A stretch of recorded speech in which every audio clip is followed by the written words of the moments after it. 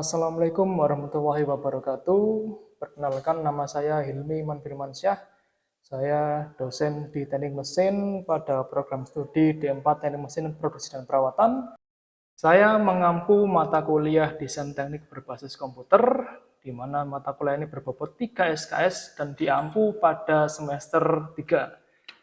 Mata kuliah ini mempelajari dan mempraktekkan bagaimana cara mendesain gambar menggunakan software komputer atau software CAD 3 dimensi.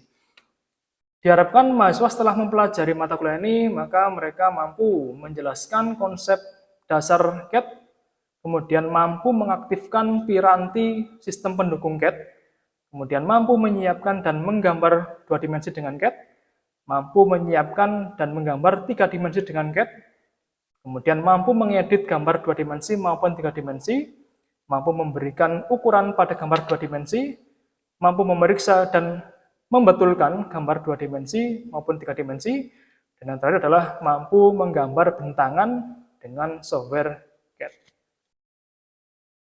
Untuk bahan kajian materi pembelajaran desain teknik berbasis komputer, yang pertama adalah pengertian CAD, CAM maupun CAE, dan yang kedua adalah pengertian tentang 2 dimensi maupun 3 dimensi, dan yang ketiga adalah penggunaan software CAD, yaitu adalah software AutoCAD dan software CATIA.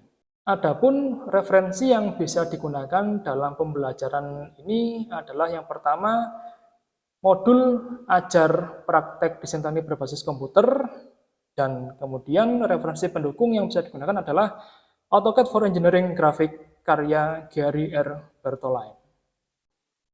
Bentuk dan metode pembelajaran pada mata kuliah desain teknik berbasis komputer adalah tatap muka, yaitu berupa presentasi mengenai materi, desain, dan demografi, bagaimana cara menggunakan software CAD.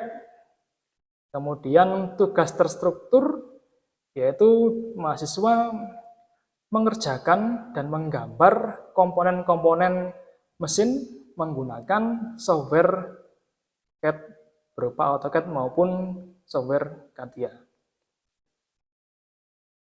Adapun sistem penilaian yang digunakan dalam mata kuliah desain teknik berbasis komputer adalah yang pertama, kuis dengan bobot 10%, yang kedua adalah UTS dengan bobot 20%, dan kemudian UAS dengan bobot 20%, dan yang terakhir adalah praktik dengan bobot 50%. Berikut ini adalah video pembelajaran desain teknik berbasis komputer yang dilaksanakan di Laboratorium Komputer Politeknik Negeri Malang.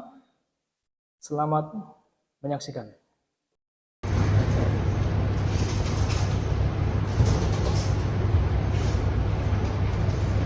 Sebelum mengawali pelajaran pada siang hari ini, mari kita berdoa.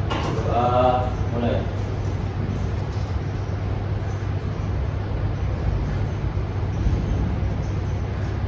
Doa selesai.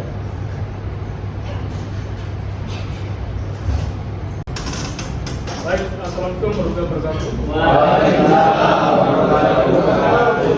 Selamat siang. Siang. Apa kabar? Sehat semua? Alhamdulillah. Baik, kita ketemu lagi di minggu ke-6 dalam mata kuliah desain teknik berbasis komputer.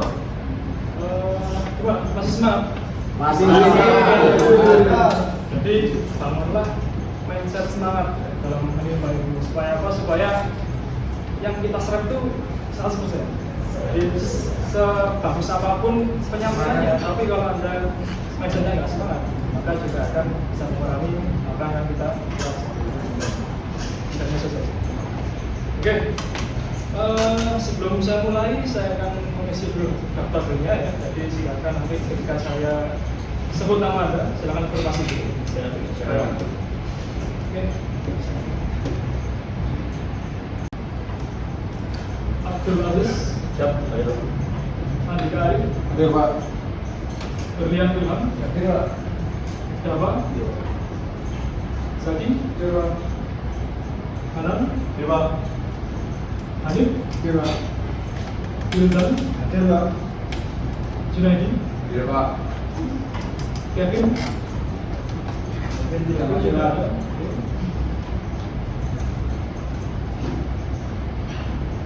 M. Dwi. Muhammad Farhan. Muhammad Rohman. Muhammad Nur Bastian. Muhammad Sabit. Muhammad Harisma Yudi. Muhammad Rosudin. Raihan Insan. Regina. Sobardin. Sofian. Baik, jadi yang tidak hadir adalah Oke, sebelum kita mulai materi, saya ingin sedikit review tentang pembelajaran kita pada minggu yang lalu. Oke, masih ingat pelajarannya? Insya Allah kita review sebentar materi. Oke, minggu lalu kita sudah belajar mengenai 3 poin ini. Oke. Yang pertama adalah kita belajar masalah perbedaan antara garis sumbu dan bidang. Dan kemudian poin kedua adalah kita sudah belajar mengenai toolbar sketch 2 dimensi yang kita gunakan untuk membuat sketch di software CAD-nya, yaitu software CATIA. Dan yang ketiga adalah drafting. Oke, sedikit. Apa sih perbedaan garis sumbu dan bidang? Silakan. Oke, silakan Mas Rosudin. Garis sumbu adalah garis magnet yang menghubungkan titik satu dengan titik yang lain. Dan bidang adalah pertemuan antara 2 garis sumbu. Betul ya, Mas Kali. Sepakat semua? Sepakat. Itu adalah garis magnet yang menghubungkan antara satu titik ke titik yang lain. Kalau di magnet biasanya digabungkan dengan garis putus. Bidang berarti pertemuan antara 2 garis sumbu. X, Y bisa, Y, X bisa, atau Z, X juga. Oke, sekarang poin kedua ini mengenai toolbar sketsa 2 dimensi pada software CAD. Sekarang saya mau tanya kepada Anda semua, kalau kita mau membuat garis atau line, itu kita pakai fitur apa sih toolbar? Ada yang mau jawab? Saya pakai judul Silakan. Untuk garis, itu membuat garis, nah itu ada fitur lain, Pak. Fitur line. Oke. Sepakat semua ya? Sepakat. Terus kemudian misalkan saya membuat sketsa lingkaran atau sirkel. Toolbar apa yang kita gunakan? Coba. Untuk pakai fitur circle, Pak. Circle. Circle membuat sketsa lingkaran. Sepakat semua ya? Oke, sekarang satu toolbar lagi. Misal kita mau membuat sebuah sketsa 2 dimensi yang secara kontinu, jadi kita nggak harus klik satu toolbar ke toolbar lainnya. Itu pakai toolbar apa? itu Ya, silakan. profile Pak. Itu profile. Sepakat semua? Jadi fitur profile itu kita gunakan untuk membuat sketsa yang secara kontinu. Jadi kita nggak perlu klik line, circle, kita hanya cukup satu toolbar aja. Kita sudah bisa membuat sketsa secara kontinu. Oke, berikutnya poin ketiga. Drafting. Apa sih drafting itu atau gambar kerja? Ya, silakan. Drafting ini lebih mudahnya ya kalau kita memakai software ini berupa model street yang telah kita gambar menjadi ke model 2 dimensi yang ada di sebuah gambar kerja. Itu juga gambar kerja ini juga sebagai media komunikasi antara drafter ke operator untuk mengerjakan daripada gambar kerja. Sepakat semua? Jadi drafting atau gambar kerja ini adalah sebuah perintah ya, dari Anda selaku drafter ya, ke orang-orang produksi. Jadi supaya mereka bisa mengerjakan desain Anda, ya pakai media apa? Penyampaian ke gambar kerja. Di mana di gambar kerja itu pasti ada informasi yang sangat detail ya, mengenai desain yang Anda buat, dari dimensi, dari keterangan nama partnya apa, kemudian dari koordinat peletakan gambar dan sebagainya, sehingga nanti bisa dikerjakan oleh orang-orang produksi. Oke, Baik, saya rasa materi kemarin sudah dipahami semua ya, karena jawabannya tepat sekali semua. Nah, berarti kita bisa masuk ke materi selanjutnya ya, atau hari ini. Setelah kita membahas mengenai 3 poin di minggu lalu, yaitu perbedaan antara garis sumbu dan bidang, kemudian toolbar apa saja yang kita gunakan untuk membuat sketsa dan drafting. Sekarang kita masuk ke pembahasan selanjutnya, yaitu 3D modeling. Oke. Ada yang tahu 3D modeling itu apa? Oke, 3D modeling itu adalah seperti ini ya, contohnya. Oke, ya, jadi kita membuat objek 3 dimensi ya, dari sketsa 2 dimensi yang sudah kita buat. Oke. Jadi kita membuat sketsa lingkaran, kemudian kita membuat sketsa persegi panjang, kemudian nanti kita pakai fitur 3D, itu bisa kita ubah dari 2D menjadi 3D model. Jadi seperti itu. Nah, fitur yang kita gunakan untuk membuat 3D model itu kalau di software CAD-nya, yaitu CATIA, Anda bisa gunakan toolbar seperti ini ya. Jadi yang di bagian ini itu adalah fitur untuk membuat 3D model. Yang pertama ada pad. Ya.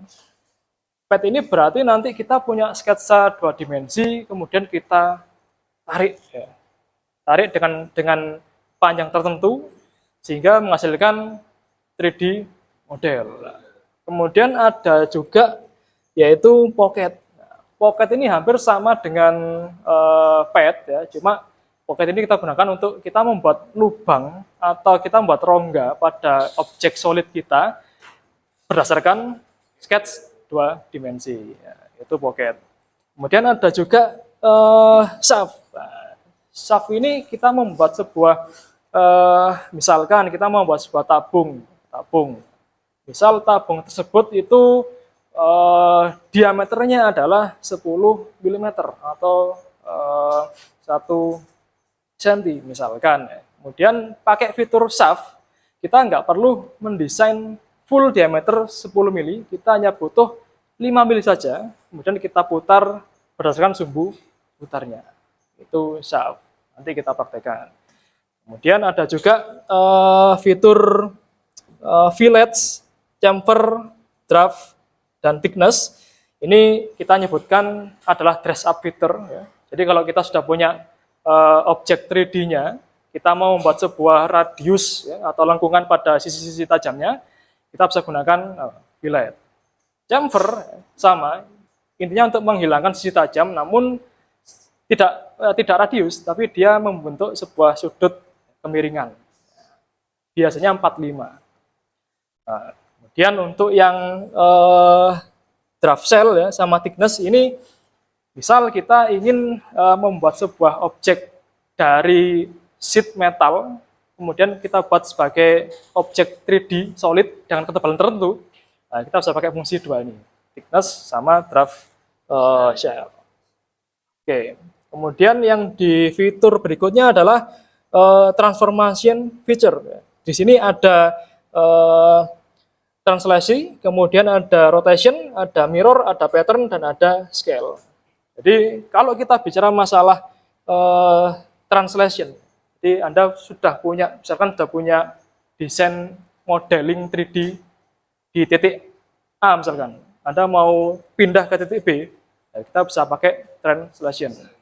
Kemudian yang kedua adalah rotation. Ya, jadi misalkan, nah namanya rotation ya berarti apa? Nah, diputar ya. Anda punya 3D model seperti A misalkan, ya, kita putar ya, pandangannya kita putar sisi-sisinya ya, Anda bisa pakai fungsi rotation. Kemudian ada juga fitur mirror. Kalau mirror itu berarti artinya apa sih mirror itu? Nah, cermin atau kaca. Berarti logikanya adalah kita mau membuat suatu part dengan geometri yang sama, tapi di sisi sebaliknya ya, kita bisa pakai fungsi mirror. Tentunya mirror ini kita butuh bidang. Makanya pemahaman bidang dan garis sumbu itu harus paham ya, ketika kita mau pakai fitur 3D solid ini. Oke, kemudian ada juga pattern. Pattern itu apa sih artinya? Pattern itu pola. Berarti misal Anda sudah punya part 3D ya. Kemudian part 3D tadi Anda mau membuat sebuah atau Anda perbanyak misalkan dengan pola tertentu, persegi panjang, lingkaran, maka Anda bisa menggunakan fitur pattern. Dan yang terakhir adalah scale. Scale itu apa sih artinya? Skala. Berarti kan misal kita sudah punya part 3D model dengan panjang lebar tertentu. Ya. Kemudian kita ingin mengecilkan atau membesarkan, kita bisa gunakan fitur scale, tentunya dengan perbandingan tertentu. Baik, setelah kita tahu toolbar apa saja yang kita gunakan untuk membuat solid model 3D, ada baiknya kita coba praktekkan. Kita akan membuat sebuah 3D modeling pakai fitur yang kita pelajari tadi, ya, supaya kita lebih mudah mempraktekannya. Oke, saya punya desain produk seperti ini. Nah, jadi ini sama berangkatnya dari sketsa 2 dimensi yang kita pakai fitur 3D sehingga jadilah solid model seperti ini. Nah, dalam kita membuat 3D model seperti ini, kita gunakan 3 fitur solid ya, solid 3D ya, yang tadi ya. Yaitu yang pertama adalah pad, ya. Yang kedua adalah pocket, dan yang ketiga adalah apa? Kira-kira apa? Pattern. Jadi hari ini ya kita belajar 3 fitur dulu ini ya. Jadi kita belajar fitur pattern, kemudian pad dan pocket ya untuk mengerjakan desain produk seperti ini. Oke. Jadi yang pertama adalah pad. Ya. Pad kita gunakan untuk menarik sketsa 2 dimensi ya, yang sini, ya, yang ini. Oke. Jadi kita gunakan fungsi pad dulu untuk menarik sketsa 2 dimensi pertama, yaitu lingkaran yang bawah ini. Kita tarik dengan ketebalan tertentu. Ya. Kemudian pad berikutnya adalah kita gunakan untuk menarik sketsa 2 dimensi yang solid seperti ini, ya, dengan panjang tertentu. Itu padnya. Fitur berikutnya pada software CAD yang akan kita gunakan adalah pocket. Pocket tadi fungsinya adalah untuk melubangi objek 3D ya, atau membuat rongga objek 3D berdasarkan sketsa yang kita buat. Oke. Pocket kita gunakan untuk membuat lubang di masing-masing sisi ini. Oke. Kita pakai fitur pocket. Oke. Tapi ingat, kita nggak usah membuat sketsa 4 lubang. Kita hanya cukup buat 1 sketsa saja. Setelah jadi, nanti kita putar ya, pakai fungsi apa tadi? Pattern. Oke, gitu ya. Oke, jadi ada 3 fitur yang bisa kita pakai ya, dalam kita membuat objek 3D model seperti ini, yaitu pad, pocket, dan circular pattern. Toolbarnya seperti ini ya. Jadi kalau Anda menggunakan fitur pad, maka toolbarnya adalah ini. Nah, ini toolbar pad. Kemudian untuk yang pocket, yaitu yang sebelahnya, ya, itu pocket. Dan circular pattern itu adalah yang ini. Jadi ini nanti ada drop down, ya, itu nanti akan ada fitur circular pattern. Itu untuk memutar objek sesuai dengan pola lingkaran, gitu. Oke. Nah, untuk mempraktekannya, saya punya gambar kerja, ya, gambar kerjanya part 3D ini, oke, seperti ini. Oke, baik. Jadi Ini adalah gambar kerja atau drafting dari 3D model objek yang saya sampaikan tadi. Ya. Jadi di sini kalau Anda bisa perhatikan adalah sebuah gambar kerja yang menampilkan beberapa dimensi ya, dan informasi yang sangat detail mengenai objek 3D tersebut. Oke. Bisa Anda lihat ya, di sini ada beberapa informasi mengenai dimensi ya, yaitu yang tadi adalah tebalnya 5 mili, kemudian panjang keseluruhan adalah 30, kemudian diameternya masing-masing lingkaran adalah 70, 50, dan 45. Kemudian jarak antara lubang ini terhadap garis sumbu, nah, ini yang tadi ya, sumbu tadi ya, jadi harus benar-benar matang pemahamannya, yang sumbu dan apa namanya, bidang tadi ya. Nah, sehingga jarak sumbu ini, pusat ini kepada lingkaran yang lubang ini adalah 30 mm. Oke, sekarang kita coba praktekkan. Nanti saya demokan, diperhatikan ya. Nanti silakan Anda praktekkan masing-masing. Bisa dipahami? Bisa. Oke, baik.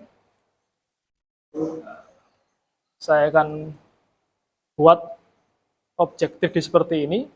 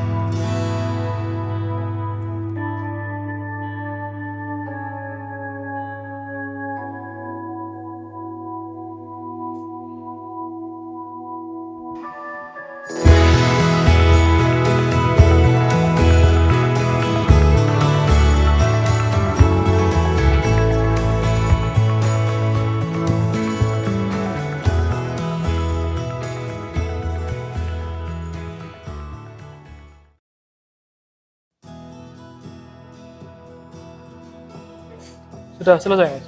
Ya, Pak. Oke, baik. Ada kendala tadi? Kalau selama menggambarnya ini Pak ya, kendala yang sering temu itu waktu membuat post profile yang di sini.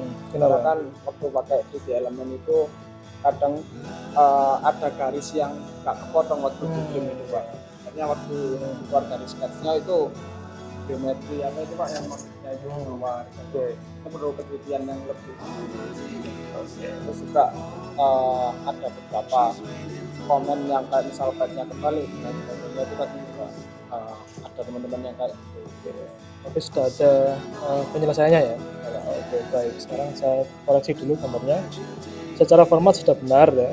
Ingat, kalau Anda tampilkan dalam bentuk A4, maka dia harus portrait.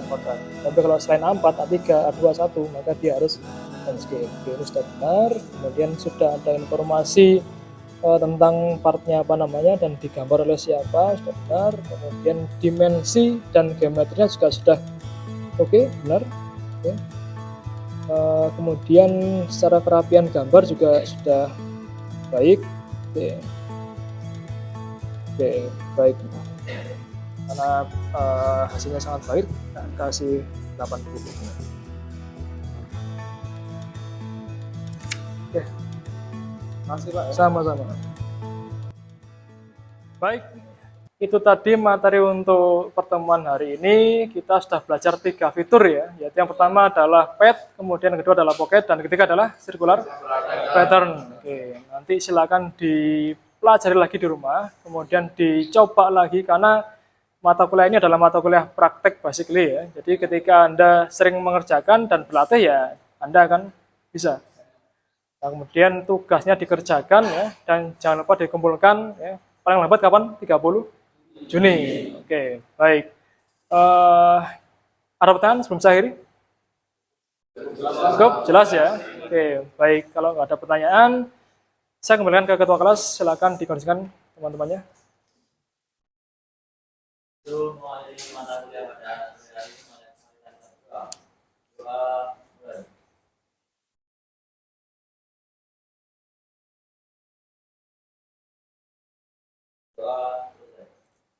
Baik, terima kasih perhatiannya. Saya akhiri. Assalamualaikum warahmatullahi wabarakatuh. Selamat sore.